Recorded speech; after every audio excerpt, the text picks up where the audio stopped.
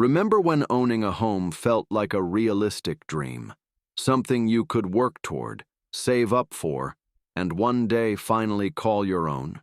Well, for millions across Europe, that dream is slipping out of reach in 2025. Even people with good jobs and steady incomes are finding themselves pushed out of the housing market or stuck renting forever. And the numbers back it up. Studies from Eurostat, the OECD, and global housing affordability indexes all point to a growing gap between income and housing costs in much of Europe. In this video, we're breaking down 10 European countries where you'll never own a home and why things have gotten so bad. And if any of this sounds familiar, go ahead and like and subscribe, because we've got more similar videos coming. 10. United Kingdom. For many in the UK, especially in places like London or the Southeast, the idea of owning a home has turned from a reachable goal into something that feels more like chasing a ghost. Years ago, owning a little house with a garden wasn't just for the rich. It was something everyday people could work toward. But in 2025, that picture looks very different. Property prices have skyrocketed, while wages haven't kept up. The average home in London now costs more than 10 times the average income, and not even smaller towns are better. Renters are feeling the pressure too. Many are spending over half their income on rent, making it nearly impossible to save for a deposit. Demand keeps climbing, but new homes aren't being built fast enough, and the ones that are built often aren't affordable. For older generations, buying a home was part of building a stable life. Today, that same feeling of security feels miles away. People are delaying marriage, families are squeezed into tiny flats, and even professionals with good jobs can't get ahead. For a country with such deep cultural ties to the idea of your own place, this shift has hit hard. It's no wonder so many younger Brits are giving up on the dream entirely or looking abroad. 9. Denmark. Housing prices, especially in Copenhagen and Aarhus, have soared in recent years. And while wages are decent, they're not growing fast enough to keep up with housing costs. Even middle-class families are starting to feel the squeeze. What's unique here is how strict the mortgage rules are. Denmark's financial system is cautious, so you can't just walk into a bank and get a big loan without meeting some very tight requirements. That might make the housing market more stable in the long run, but for first-time buyers, it's a massive barrier. You need a huge deposit, solid job history, and little to no debt, which rules out a lot of people who otherwise work hard and earn well. Then there's the tax system. While progressive and socially focused, property taxes and transaction costs can make buying a home even more expensive. For many, it ends up being smarter, or simply necessary, to rent long-term. But renting isn't cheap either. In cities, the demand far outpaces supply, and you end up paying a lot of money for very little space. All this adds up to a reality where the dream of owning your own home, something many Danes used to take for granted, is becoming harder to achieve. 8. France. In cities like Paris, Lyon, and Marseille, housing prices have shot up to the point where even a modest flat can feel completely out of reach for most people. You'd think living outside the city would help, but even the suburbs have gotten expensive, and commuting comes with its own costs. The French housing system has layers of bureaucracy. Getting a mortgage isn't just about income, it's also about paperwork, credit history, and jumping through hoops that take time and energy many people just don't have. And once you do get approved, you're often looking at decades of repayments for a property that's smaller than expected and older than you'd like. What's interesting in France is how sharply the line is drawn between those who already own and those who don't. If you bought a place 20 or 30 years ago, you're probably doing fine. But if you're just starting now, the ladder is pulled up. It's created a kind of generational divide, where younger adults are stuck renting, often in cramped, expensive places, while older generations watch their home values soar. High rents, long waiting lists for social housing, and limited supply leave people feeling like there's no way forward.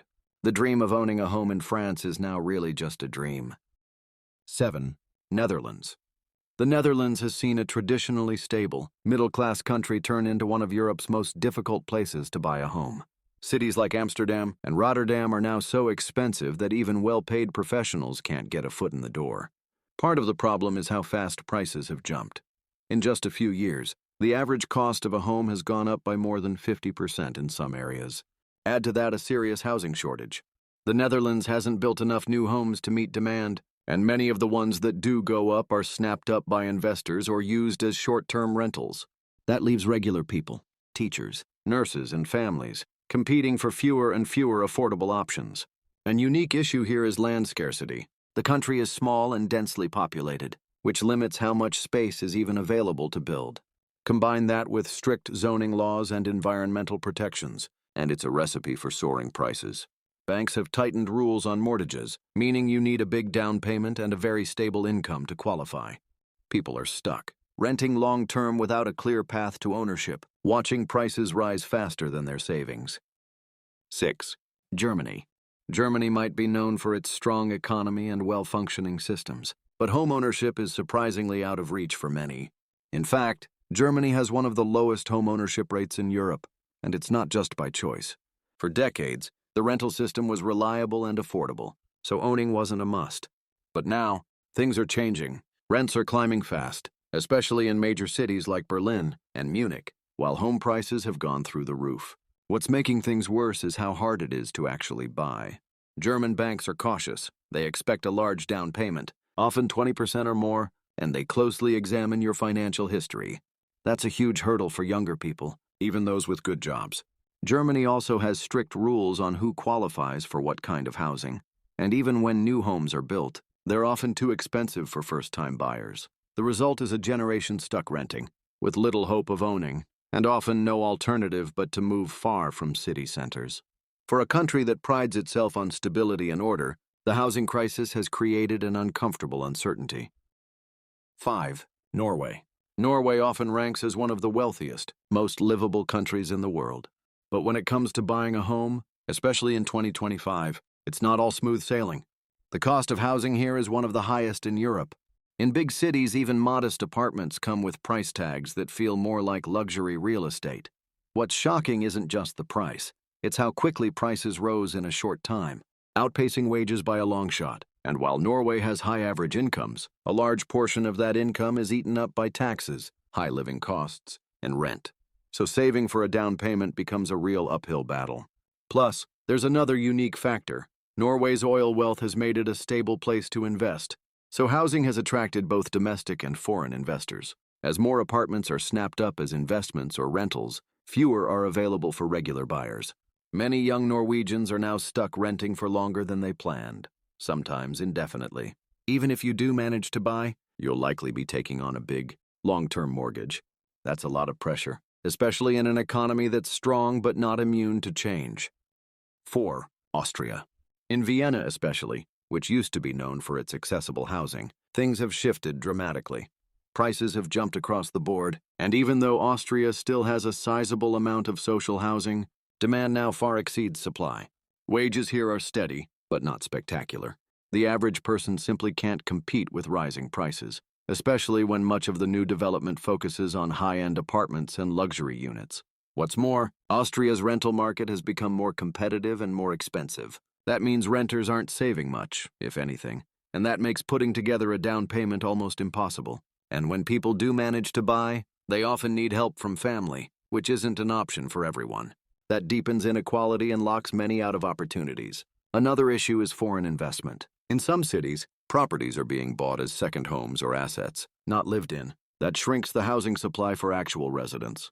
Even in smaller towns, prices are creeping up as people flee the city in search of something more affordable, driving up costs there too. In short, Austria's stable, polite exterior hides a housing market that's become deeply unfriendly to first-time buyers. 3. Sweden. In 2025, owning a home in Sweden is tougher than ever, even for those doing everything right. Prices have surged. The average home in Stockholm now costs several times what the average household earns, and that gap keeps growing. Sweden's housing model includes long-term rental queues, strict building regulations, and limited land availability in key areas. That means getting an affordable rental in a good location might take years, literally. And if you think buying will be faster, think again. Competition is intense, mortgage approvals are strict, and you'll need a big down payment to even get started. What's more, many Swedes are trapped in what some call a housing lottery. If you were lucky enough to get into the system early, either as a buyer or through a long-term rental, you're set. But if you're entering the market now, It feels like the game was over before you even started playing. Young families are stuck renting tiny apartments far from work, commuting for hours each week, and older homeowners sit on properties that have tripled in value, knowing that selling might leave them with nowhere else to go. It's a housing system built with good intentions, but it's left many people behind. In Sweden, housing inequality is no longer just a worry, it's a reality. 2. Switzerland. Switzerland can be brutally expensive when it comes to housing. In fact, it has one of the lowest homeownership rates in Europe, and for good reason. Buying a home here isn't just difficult. For most people, it's off the table completely. Prices in cities like Zurich, Geneva, and Basel are astronomical, and even smaller towns aren't exactly cheap. Even if you've saved up and earn a decent wage, banks in Switzerland expect you to put down at least 20% of the purchase price up front, and that's after strict scrutiny of your income, job history, and debt. And then there's the catch. Mortgage payments aren't even the biggest cost. Property taxes, maintenance costs, and high-interest expectations make owning not just hard to start, but hard to keep. That's why so many Swiss are forced to rent. But renting isn't a walk in the park either. It's highly competitive, expensive, and comes with long-term insecurity for many. In addition to that, housing policy in Switzerland is heavily localized, with strict zoning laws that limit what can be built and where. That slows down development and keeps supply tight. In a country that values stability and order, the housing market has become the one part of life that feels unpredictable, stressful, and nearly impossible to navigate for newcomers. 1. Ireland. Topping our list is Ireland, and if you've followed the headlines, it probably won't surprise you. Ireland's housing crisis isn't just about high prices, it's about a complete mismatch between what people need and what's available. In cities like Dublin, prices are soaring. Rental costs are eating up incomes, and available homes are few and far between. Average home prices in Dublin have pushed far beyond what most people can afford. People are moving back in with parents, living in shared houses well into their 30s and 40s, or even emigrating to find better chances elsewhere. What's unique and tragic about Ireland's crisis is how quickly it escalated. A decade ago, things looked hopeful, but underbuilding, high demand, and outside investment turned the market upside down. Now, foreign buyers and corporations own large swaths of residential property, turning potential homes into rental assets. Government efforts to fix the problem have largely fallen short. New housing developments are often delayed, overpriced, or built in the wrong places. And while policy debates continue, regular people are stuck waiting or giving up entirely.